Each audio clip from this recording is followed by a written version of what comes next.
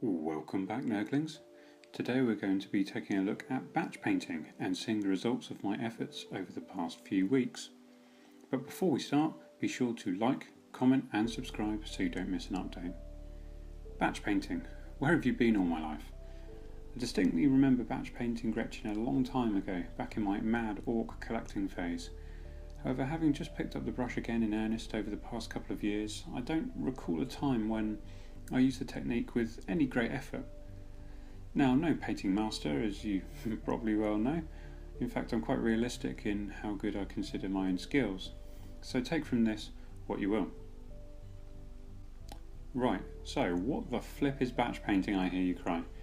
Batch painting is when you prepare, paint and finish a squad or even an army all in stages. The best way of describing it is you get a group of models that are similar and you paint all their armour in one go. Once that's dry, you then go around the same group of models with a brown and go over the leather pieces. Once that's dry, you then move on to other colours. The beauty of this method is that it produces results super quickly, as you don't waste time mixing paints, opening and closing paint pots, washing your brushes out or otherwise procrastinating.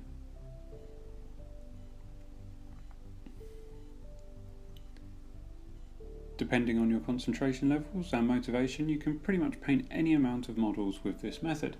Personally, I find my limit is between 10 and 20 models at a time.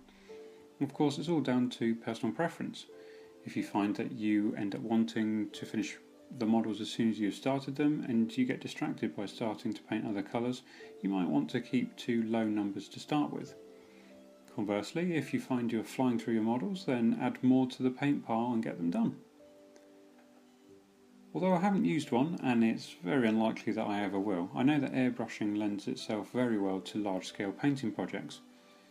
As with paint loading brushes, it saves a lot of time to airbrush all one colour before moving on to the next. So I can certainly recommend this method for assisting in getting that plastic and metal painted. I guess you're probably wondering what kind of results I've achieved with a bit of batch painting then. As you can see, there are a few models in front of the camera, all of which I batch painted within the last month or so. I suspect I could have done them faster, however I've been working away from home intermittently, which has put a dent in the painting schedule. Anyway, enough of the domestic woes, let's view the models. As you can see, they are kind of basically done. I haven't finished any of them with rust effects or edge highlights yet. The bases are also yet to be finished. But for a first and crucially fast pass, they are pretty nice. I have still done some effects work with the skin tones, applying a bit of red to the noses and cheeks of their faces to give them a ruddy and weathered look. The armour pieces are pretty simple, just a quick undercoat with silver and a highlight, then a coat of quick shade varnish. The quick shade brings out a lot of the depth in the models, as it has a built-in light brown varnish, which I absolutely love. Be sure to check out my video on using quick shade in the card above. I think the results kind of speak for themselves. They aren't the best and they won't win awards. However, I like the expression that quantity is a quality all of its own. I'm certainly one of those people that appreciates a large-scale army arrayed ready for battle. If the odd edge highlight isn't done, then you generally can't pick that out when 100 or more models are displayed in front of you. When I have time, I actually plan on going back over a lot of these, and many more of my models with enamel paints and picking out more details.